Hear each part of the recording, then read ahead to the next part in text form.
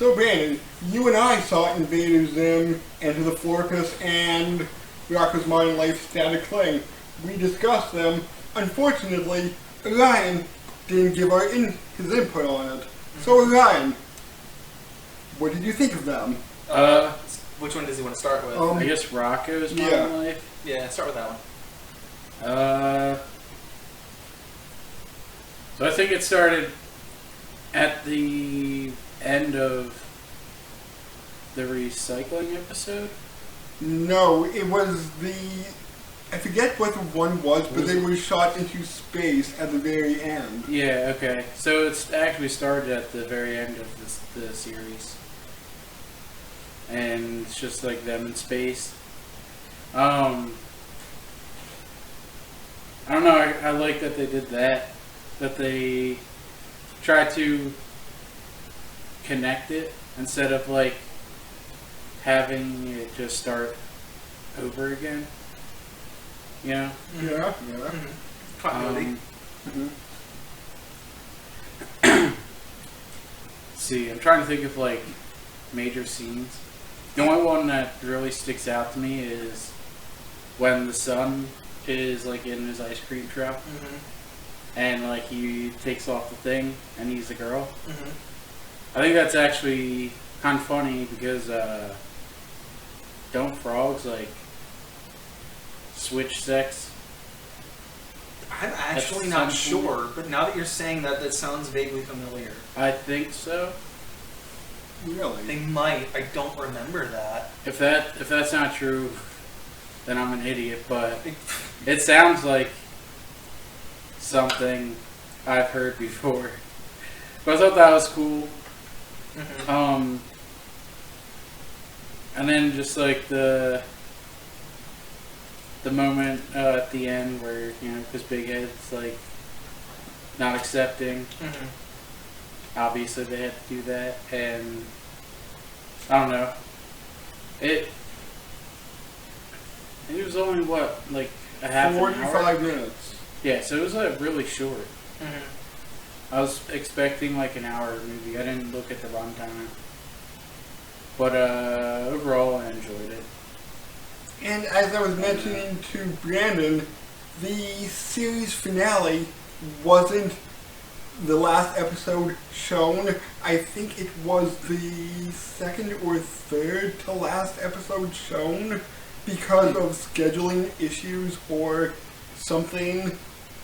And I think the first episode of Rocko was actually the 6th or 7th shown. So I think it's Mr. Walt. What's his last name? For who? Who makes Rocko? I don't remember the last name. Yeah, but it's. I know he's credited as Mr. I know it's a W name, crap. But I think he said that he would want them to be shown in any order, as if it could be any adventure. But now it's, with the continuity of the series and the movie, the last one should have been shown as the actual last. I can get behind that. My only thing would be like, you need to at least have a definitive beginning, right? I would have made sure that first episode would have been first. And, you know, if you wanted to do the whole continuity thing with the movie, obviously now you have a tail end that needs to be there, but everything in between can be shuffled around anywhere, right? Like, Bebop is similar in that way, where it's like you have a definitive start with that, where, you know, we get... But do we actually? I'm trying to remember. Because I think it's all flashback for Faye and her backstory. Actually, it does start off with Spike and Jet, and then they pick up Ein, they pick up Faye, they pick up Ed. I know Ein and Ed, but I thought Faye was already with them at the start. It was more flashback for her. I'm not 100% sure now. I'm pretty sure the first Cowboy Bebop? You've never seen Cowboy Bebop? No. We should cover that on the podcast. I knew we were planning on it at one point. Yeah, with Andrew. And then Andrew kind of like had to go his own way. Oh my god, we should really do that after the Halloween special. It's a good one to do. I'm not even gonna front. That is a solid choice. So, It's not that long either, so our real lives aren't gonna get Spoiler! so late. What, 2 seasons? One. 1? Mhm. Oh, wow. It's short, but it's And- really good. yeah, and it's coming out to Netflix live action version, which I'm wary of, but I'm going to watch it. But, There's a lot of wariness when it comes to that. yeah. Because live action anime is very rarely done well. Mm, Hell, any live action being taken directly from like a 2D show, hell, even 3D actually, if you want to look at fucking the reboot. Yeah, it tends to be done poorly. Which is kind of why it's people are very wary about that shit. The live action Tick, Mm-hmm. terrible. which The new one. version? The new one? Yeah. Okay, because there was one with Patrick Warburton that was pretty decent. Yeah, that was like in the 90s or early 2000s, I think. Like I said, rarely. That's one that we've managed to list so far. But How about the Death Note movie? I like Please that. don't but hate also- me. I like that, but also I've never watched the anime. Yeah, you'd want to watch that anime and you'll realize just how poorly Yeah. that I don't know, it looked cool. panned so. out. Then, who played What's His Face? I'm L. Are you? That was about the only part that I liked. The guy did manage to capture L's mannerisms. L was good and Ryuk was good. Ryuk looked really good. Maybe I should just sit L style for the rest of this review. Your legs are gonna fall asleep. And you will probably fall forward onto your face. And in fact, you know what? Do it. I'm sure the people at home would love to see this. So, Ryan, Invader Zim. Invader What Zim. did you think of that one? I saw that more recently, but I wasn't paying attention totally. But I did Why? enjoy it. Why? The dog was watching, making sure he wasn't eating anything. Dog sitting. Okay. New puppy. But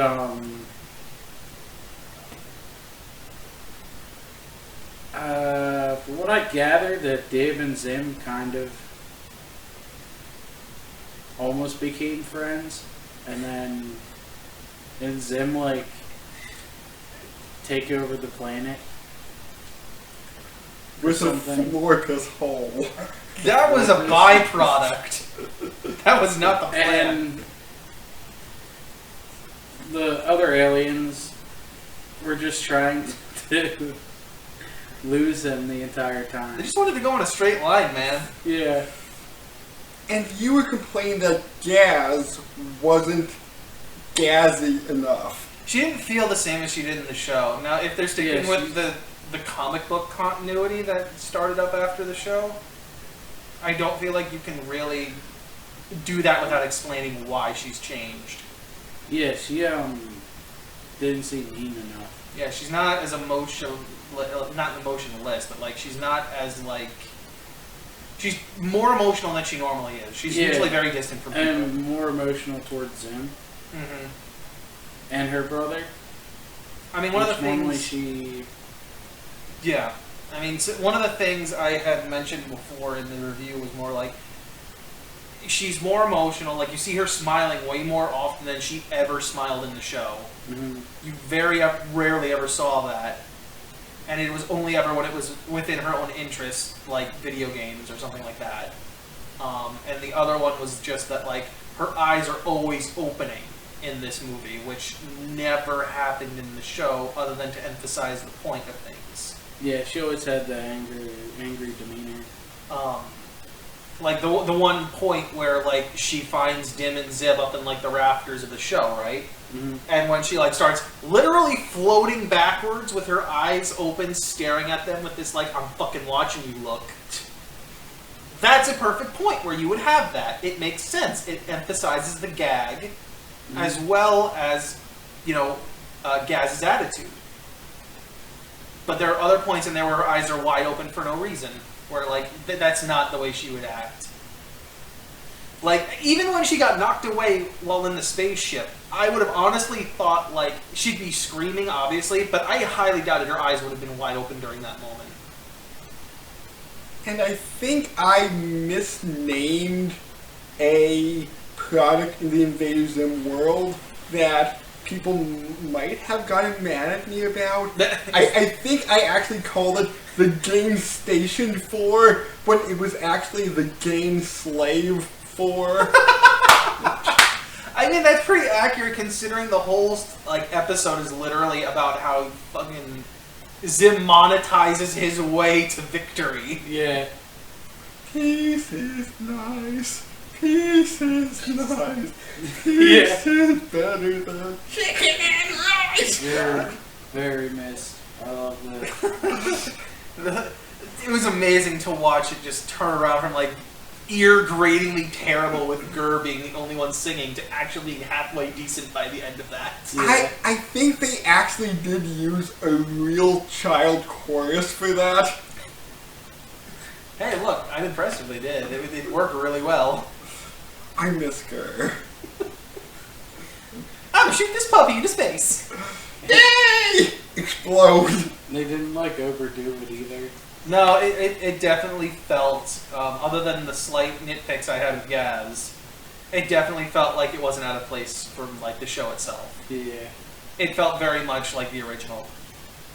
And with the comics ending in, I believe, November or December of this year, hopefully an omnibus or two will come out and I can pick them up because I would just love them. Mm-hmm. I loved them back in high school. Man. Wow, it was them that was on, but I'm getting old. There's one other thing I did notice too, is that and obviously this changed from episode to episode, but Zim would get super dark at some points. Literally the episode where he's harvesting organs from the other kids. Yeah. We didn't get that dark in this movie. We didn't get anywhere near how dark Zim could get. But then again, Yoan, I don't know how to actually pronounce, I know it's Vasquez, but Yoan Vasquez, who makes them, also had a comic book called Johnny the Homicidal Maniac. I think you did? Yeah. Yeah, I think Rachel may have it at one point too, and it does have that same dark humor all the way through.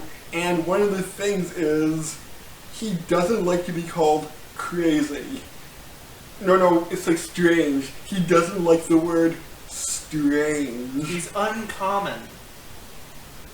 So he'll flip out on you, and supposedly 1 or 2 points in the Invader Zim series, you could see Johnny in the background from what people say, but it hasn't been officially confirmed.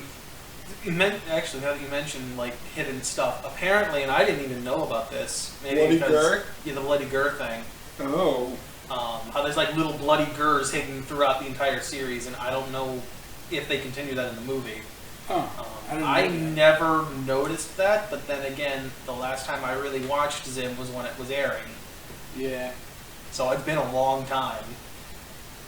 So, lots of segues for 2 things. What else we can is talk there? more about other things than the actual thing. I really don't have much to say about the other things. About Rocco and Zim, I just enjoyed them. Mm-hmm. And you did see Hey Arnold from 2-ish years ago? No, I didn't. Oh, that one was pretty good, from what I remember. It was alright. I didn't care for it as much. There was a really awkward point where they threw in CG and it felt really weird. That was rotating around a temple. Yeah. It felt real weird. Be sure to check out that review too. I know you want a certain Nickelodeon series to return. Why does it look like you're turning your head backwards? Are you pulling some Exorcist shit here, or what's going on? And I will hopefully, it won't return. What show? You do not want to know. You do not want to have nightmares. Wait, did we already show the Sumo Babies? Not that one. That was something else. That wasn't on Nickelodeon. Something else far worse.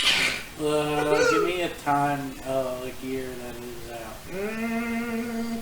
I'm gonna say about 2014-ish, I wanna say.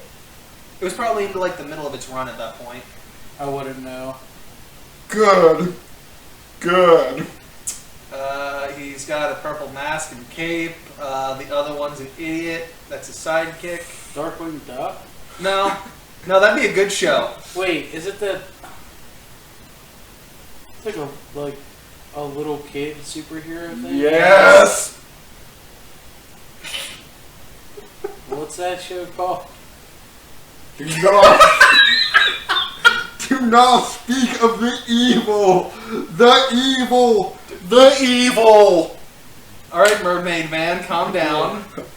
We're talking about Fanboy and Chum-Chum over here. What's the show though? Fanboy and Chum-Chum. I think with that we can end this. You want a reboot of that? No!